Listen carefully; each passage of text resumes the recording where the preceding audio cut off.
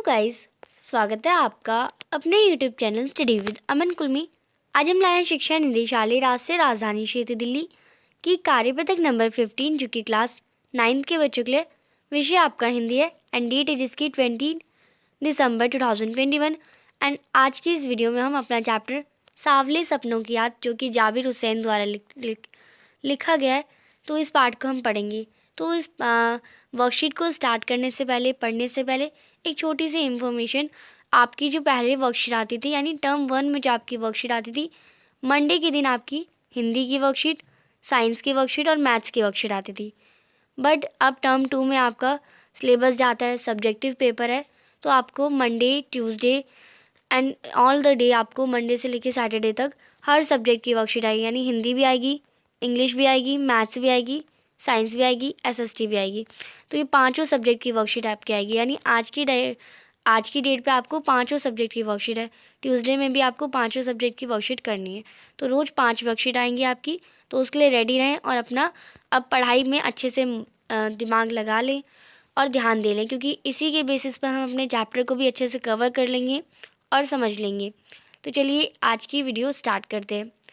अच्छे से चैप्टर को पढ़िएगा, बस चैनल को सब्सक्राइब ज़रूर कर दें जिससे आपको हर वीडियोस की नोटिफिकेशन मिलते रहे। और मेरे से प्रॉमिस ज़रूर करिए कि आपको वीडियोस को देख के अपना जो सिलेबस है वो भी कंप्लीट कर लेंगे। प्यारे बच्चों, प्रस्तुत जो गद्यांश सांवले सपनों की याद नामक पाठ से लिया गया है। ये जो गद्यांश दे रखा है आपको, ये सांवले सपनों की याद आपका चैप्टर है, उससे लिया गया है। ये जून 1987 में प्रसिद्ध पक्षी वैज्ञानिक सालेम अली की मृत्यु के तुरंत बाद डायरी शैली में लिखा गया संस्मरण है। यानी जून 1987 में सालेम अली जो एक पक्षी वैज्ञानिक थे, यानी जो पक्षी को देखते हैं ना वैसे वाले वैज्ञानिक थे सालेम अली, उनकी मृत्यु हुई थी जून 1987 को। उसके तुरंत बाद उनकी याद में एक डायरी शैली यानी डायरी के रूप में लिखा गया एक संस्मरण है, यानी उनकी याद में लिखा गया ये पाठ है। सालेम अली की मृत्यु से उत्पन्न दुख को लेखक जाबिर हुसैन ने सांवले सपनों की याद में रूप में व्यक्त किया है। यानी जो सालेम अली थी उनकी मृत्यु हुई तो उन्हें बहुत दुख हुआ, जो लेखक है उन्हें बहुत दुख हुआ, और उनके याद में, उनकी सांवले सपनों की याद में उन्होंने ये पाठ लिखा। सालेम अली का संस्मरण करते हुए लेखक ने उनका व्यक्तित्व चित्र प्रस्तुत किया, यानी सालेम अली के बारे में बताया गया है। अब इसका पहला अंश पढ़कर नीचे दिए गए प्रश्नों के उत्तर दीजिए। तो ये स्टार्टिंग है। सुनहरे परिंदों के खूबसूरत पंखों पर सवार सांवले सपनों का एक हुजूम मौत की खामोश वादी की तरफ अग्रसर है। यानी सुनहरे परिंदे की तरह जिसके पंख एकदम सवार सांवले सपनों का एक हुजूम, यानी एक बहुत ज़्यादा खुशियों से भरा इंसान जब एक हुजूम मौत की खामोश वादी में, यानी एक हंसता खिलता इंसान एक खामोश वादी में चला जाए, वो मौत की तरफ अग्रसर हो रहा है, वो जहाँ उसे कोई रोक टोक सके। यानी वहाँ पे उसकी टेंशन भी सारी ख़त्म होती जा रही है, कोई रोक नहीं सकता उसे, कोई टोक नहीं सकता। इस हुजूम में आगे आगे चल रहे हैं सालिम अली। यानी अब आप देखिए, जब किसी की मौत होती है तो जिसकी मौत होती है वो आगे चलता है एंड बाकी लोग उसके पीछे पीछे चलते हैं। तो जो सालिम अली है उनकी भी डेथ हो गई है और वो भी आगे आगे चल रहे हैं, अपने कंधे पर सैलानियों की तरह अपने अंतहीन सफ़र का बोझ उठाए। लेकिन ये सफ़र पिछले तमाम सफ़रों से भिन्न है। अब जो सालिम अली थे वो एक पक्षी वैज्ञानिक थे, तो वो बहुत सारे सफ़र करते थे, पर ये जो सफ़र था उनका वो बाकी सफ़र से अलग था, क्योंकि ना इसमें वो कुछ देख सकते थे और वो इस सफ़र से फिर वापस भी नहीं आ पाएंगे कभी।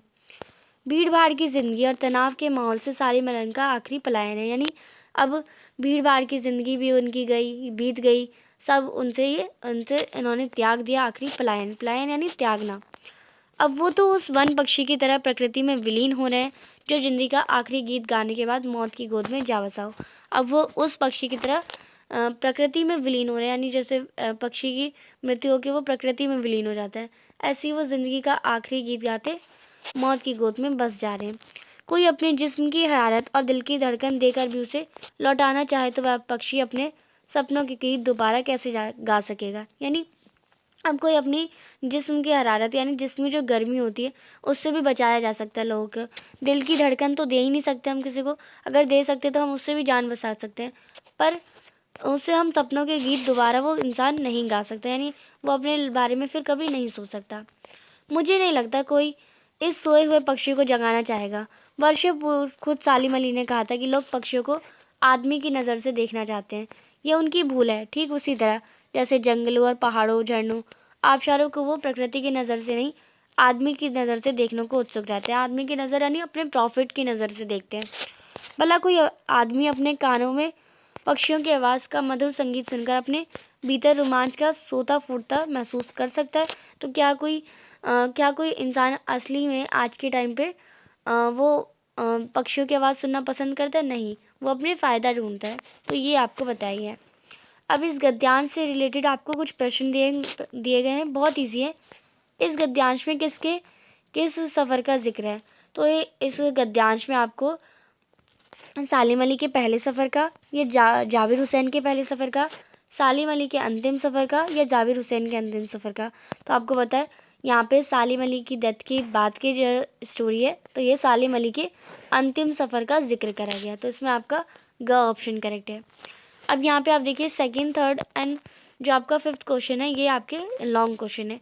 फोर्थ क्वेश्चन है ये भी आपका MCQ है। खुद सालिम अली ने कहा था कि लोग पक्षियों को किसकी नज़र से देखना चाहते हैं? खालिस्तान में आपको शब्द बनाए, शिकारी की नज़र से, लेखक की नज़र से, आदमी की नज़र से, या शिक्षक की नज़र से? तो वो आदमी की नज़र से देखना चाहते हैं। तो इसमें आपका ग ऑप्शन करेक्ट है।